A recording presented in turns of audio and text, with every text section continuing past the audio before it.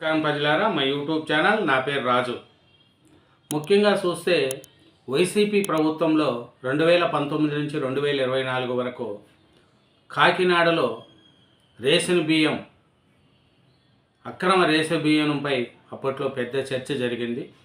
అప్పుడు కాకినాడ ఎమ్మెల్యేగా ఉన్న ద్వారంపూడి చంద్రశేఖర్ రెడ్డి ఈ రేషన్ బియ్యాన్ని తరలించడంలో చూసాము.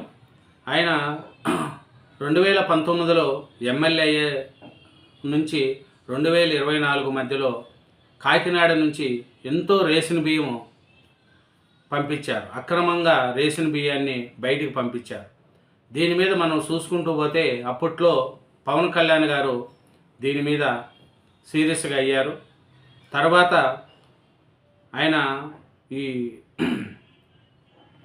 చాలా బెదిరించాడు. అప్పట్లో ద్వారకంపూడి చంద్రశేఖర్ రెడ్డి అంటే కాకినాడ అంటే ఆయనదే రాజ్యం. వైసీపీ ప్రభుత్వంలో ఆయన చేసిన ఈ రేషన్ బియ్యం అరాచకం ఇప్పటికీ ప్రజలు ఎవరూ మర్చిపోలేదు. ఆయన మొత్తం కాకినాడ నుంచి ఎగుమతుల్లో చేసుకుంటూ రేషన్ బియ్యాన్ని డైరెక్టు టిప్పర్ల ద్వారా ఆయన రేషన్ బియ్యాన్ని తీసుకొని ఎక్స్పోర్ట్ చేసుకునేవాడు. అప్పుడు వైసీపీ ప్రభుత్వంలో ఎవరు దాన్ని ఎదిరించేవాళ్ళు కాదు. దీని పరిస్థితి ఏమనేది కూడా ఒకసారి మనం చూసుకుంటే అప్పుడు పవన్ కళ్యాణ్ గారు గట్టిగా పోరాడి ఆ రేషన్ బియ్యం పరిస్థితి ఏమనేది కూడా తెలిసింది. తర్వాత కూటమి ప్రభుత్వం అధికారంలోకి వచ్చిన తర్వాత పవన్ కళ్యాణ్ గారు మొదటిసారి కాకినాడ పోర్టులోకి వెళ్ళి అక్కడ రేషన్ బియ్యాన్ని పట్టించి దీని మీద చేశారు. తర్వాత మన అప్పుడు ఎమ్మెల్యే ఇప్పుడు మాజీ ఎమ్మెల్యే ద్వారంపూడి చంద్రశేఖర్ రెడ్డి గారి మీద సిట్ విచారణకు చేశారు. ఇది మనకందరికీ తెలిసే.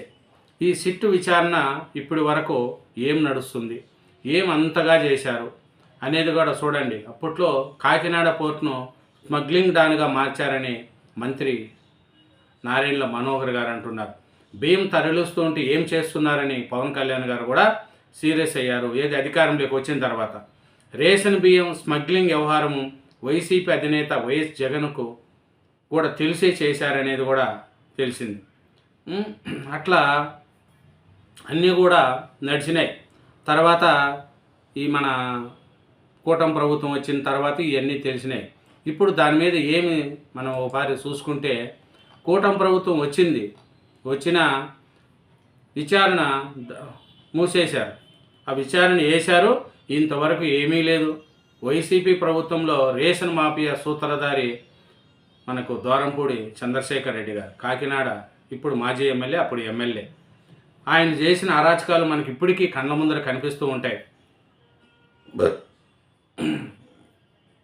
అడ్డు అదుపు లేకుండా దందా, విదేశాలకు ఎగుమతులు, చంద్రబాబును పవన్ను తిట్టి జనసైకిల్ని చితకబాదిన ఆయన అనుచరులు, కూటమి ప్రభుత్వంలోనూ కొందరు నేతల సహకారము, సిట్ ఏర్పాటు చేసి 6 నెలలైనా సాగని విచారణ. ఇప్పుడు కూటమి ప్రభుత్వం వచ్చిన తర్వాత సిట్ ఏర్పాటు చేశారు. ఆయన ద్వారకం మీద కాకినాడ ఎమ్మెల్యే, మాజీ ఎమ్మెల్యే ద్వారకంపూడి చంద్రశేఖర్ రెడ్డి గారి మీద ఇప్పటి వరకు 6 నెలలైంది, ఏమి విచారణ చేయలేదు. కూటమిలో ఉండే కొంతమంది నేతలు ఆయనకి ఇప్పుడు సహకారం అందిస్తున్నారనేది కూడా తెలిసింది. అప్పట్లోనేమో రేషన్ బియ్యం ఉంది, ఇట్లా పట్టుకున్నాం అట్ట పట్టుకున్నామన్న పవన్ కళ్యాణ్ గారు సిట్ విచారణ చేసి ఇప్పటికీ దాని మీద ఏం ముందుకెళ్ళే స్థితిలో ఉండాలి. ఏమరంటే వైకాపా హయాంలో ఆయన ప్రభుత్వ నేత అండతో రెచ్చిపోయారు. రేషన్ బియ్యం మాఫియా మొత్తం నడిపించారు. నా దారి రహదారి అన్నట్లు సౌకు బియ్యం దొంగతనంగా తరలించే వాహనాలను ఎవరూ అడ్డుకోకుండా పై స్థాయి నుంచి ఆదేశాలు ఇప్పించుకున్నారు. వేల లారీల బియ్యాన్ని తెచ్చి విదేశాలకు ఎగుమతి చేసి కోట్లు వెనకేసుకున్నారు. అంతటితో ఆగకుండా భూ ఆక్రమణాలు, దందాలకు దిగారు. ప్రశ్నించే వారిని బెదిరించడం, ఫిర్యాదు చేస్తే వేధించడం ఆయన స్టైల్. అప్పటి ప్రతిపక్ష నేత చంద్రబాబును, జనసేన పవన్ కళ్యాణ్ను నోటుకొచ్చినట్లు తిట్టాడు ఆయన కాకినాడ మాజీ ఎమ్మెల్యే ద్వారకపూడి చంద్రశేఖర్ రెడ్డి గారు. ఆయన మీద సిట్ వేశారు. రేషన్ బియ్యం మీద సిట్ వేసి ఇప్పటికి 6 నెలలు అయింది, ఏం లేదు. దీంట్లో ఆయనకు కూడా ఇప్పుడు కూటమిలో ఉండే కొంతమంది ఆయనకు సహకరిస్తున్నారు.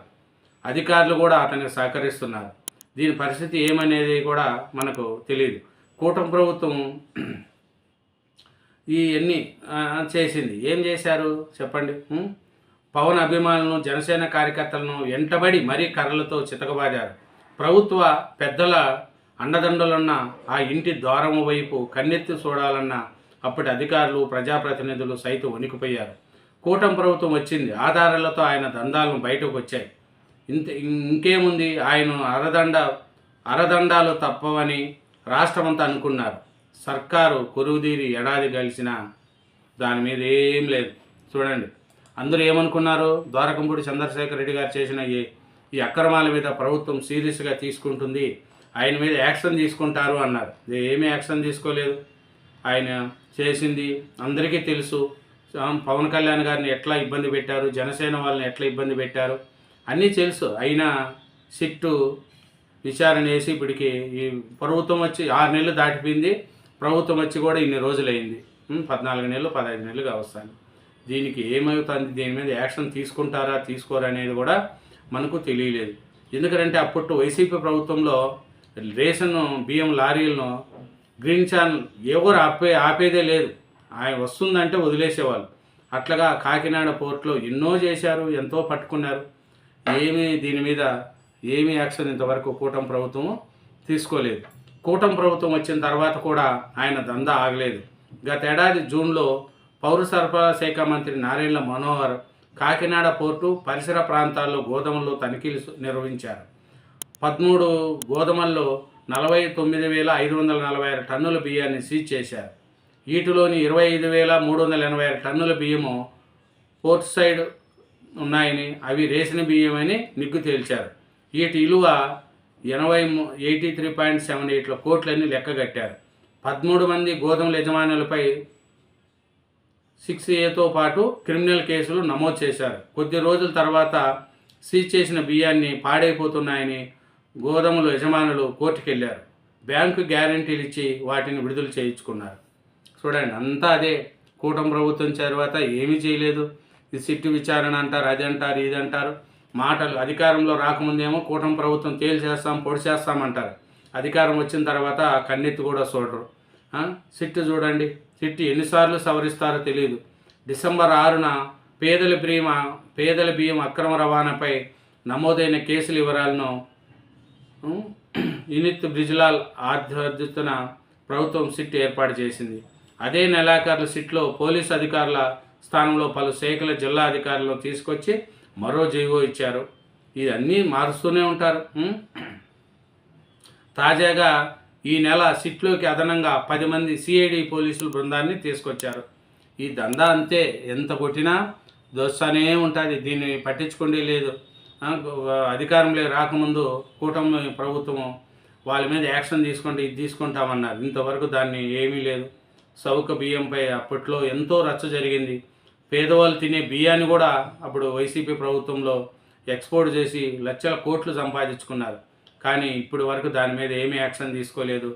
పవన్ కళ్యాణ్ గారు కూడా సైలెంట్ అయిపోయారు, సీఎం గారు కూడా సైలెంట్ అయిపోయారు. సిట్టి విచారణ ఏమైంది కూడా తెలియదు. కానీ ద్వారకంపూడి చంద్రశేఖర్ రెడ్డి గారి మీద యాక్షన్ తీసుకోండి, వాళ్ళకు ఉందే లేదు. కూటమిలో అధికారులు కూడా ఇప్పుడు ఆయనకు సహకరిస్తున్నారు చాలామంది. 4 సార్లు సిట్లో మార్పులు చేయడం తప్ప ఏమీ యాక్షన్ తీసుకోలేదు. సిట్లో 4 సార్లు మార్పులు చేశారు. ఆ పోలీసు వాళ్ళని ఇక్కడ ఇట్లా అట్లా తిప్పారే కానీ ఏం లేదు. గత ప్రభుత్వంలో చక్రం తిప్పిన వారే తాజాగా పేదల బియ్యం పక్కదారి పట్టిస్తున్నారు. కాకినాడ పోర్టుకు కాకుండా విశాఖ పోర్టుకు తరలిస్తూ తమ అక్రమ వ్యాపారానికి అడ్డుపడేది ఎవరంటూ సవాలు విసురుతున్నారు. చూడండి, కూటమి ప్రభుత్వం వచ్చిన తర్వాత కూడా ఈ రేషన్ బియ్యం యథాచ్ఛగా ఎక్స్పోర్ట్ చేసుకుంటున్నారు. ఈ అధికారులు సహకరిస్తున్నారు. కూటమి ప్రభుత్వంలో కొంతమంది వైసీపీలో ఉండే వాళ్ళకు సహకరిస్తూ వాళ్ళ మేలు ఒకరికొకరు మేలు చేసుకుంటూ ముందుకు పోతున్నారు. కానీ పేదోళ్ళ బియ్యాన్ని అక్రమంగా రవాణా చేసుకున్న వాళ్ళ మీద ఈ చౌక బియ్యం దందాపై విచారణకు ద్వారం మూసేశారనేది కూడా మనకు తెలుస్తుందండి. Thank you very much. ఛానల్ను సబ్స్క్రైబ్ చేయండి, నా వీడియోను లైక్ చేయండి. Thank you.